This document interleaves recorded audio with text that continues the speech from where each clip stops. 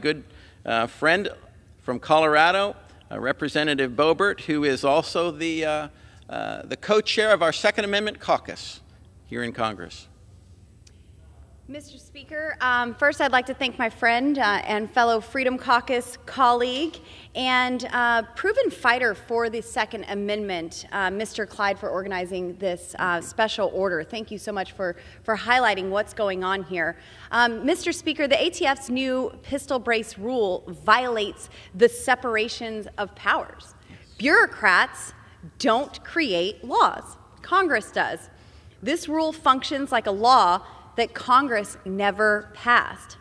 ATF, alcohol, tobacco, and firearms.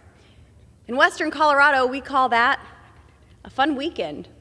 But DC bureaucrats have used this agency to infringe on the rights of the American people. When you research how many pistol braces the ATF expects to be registered, the number varies. Some say 10 million, others say 20 million, and it's still may even be 40 million. Why such disparity? Because the ATF doesn't know how many are out there, because law-abiding Americans do not trust them enough to tell them. In fact, there's probably going to be many more boating accidents this spring and summer than we've ever encountered in U.S. history from law-abiding gun owners. We don't trust the ATF because of their overreaching actions, exactly like we're seeing with this rule. There's been a lot of talk about defunding the ATF, even abolishing the agency altogether. And I'm still waiting to hear a good reason why the ATF should remain an agency at all. And yet I've yet to hear one. Instead of providing regulations that keep our communities safe, this agency has made our communities more dangerous by laundering weapons to the cartels.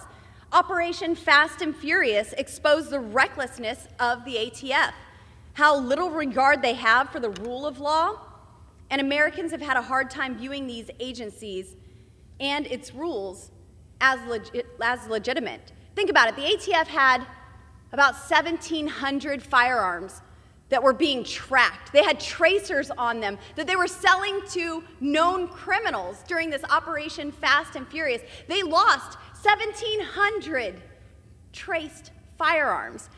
And now they expect to go after law-abiding American citizens for firearm accessories? Are they really that competent to go after this many millions of Americans for a firearm accessory, a stabilizing brace, when they had 1,700 tracked firearms in the hands of known criminals that they just lost? I think that alone proves the legitimacy of this agency, and I'm very excited to bring them into the Oversight and Accountability hearing so they could speak for themselves of why they should remain an agency in our federal government and not have the appropriate features of their agency put under another, like the FBI, once we clean that out. But other than that, the Second Amendment, it is absolute.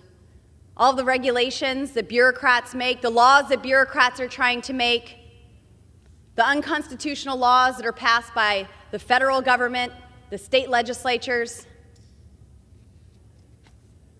they make our country less safe. Gun-free zones are the most dangerous places in our country. The Second Amendment is absolute, and it's here to stay. A recent report states that Americans own 46% of the world's guns. I think we need to get our numbers up, boys and girls.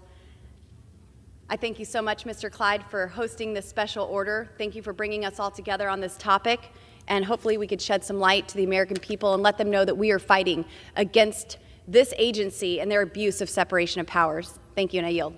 Thank you. Thank you to the gentlewoman from Colorado and her unwavering defense of the Second Amendment.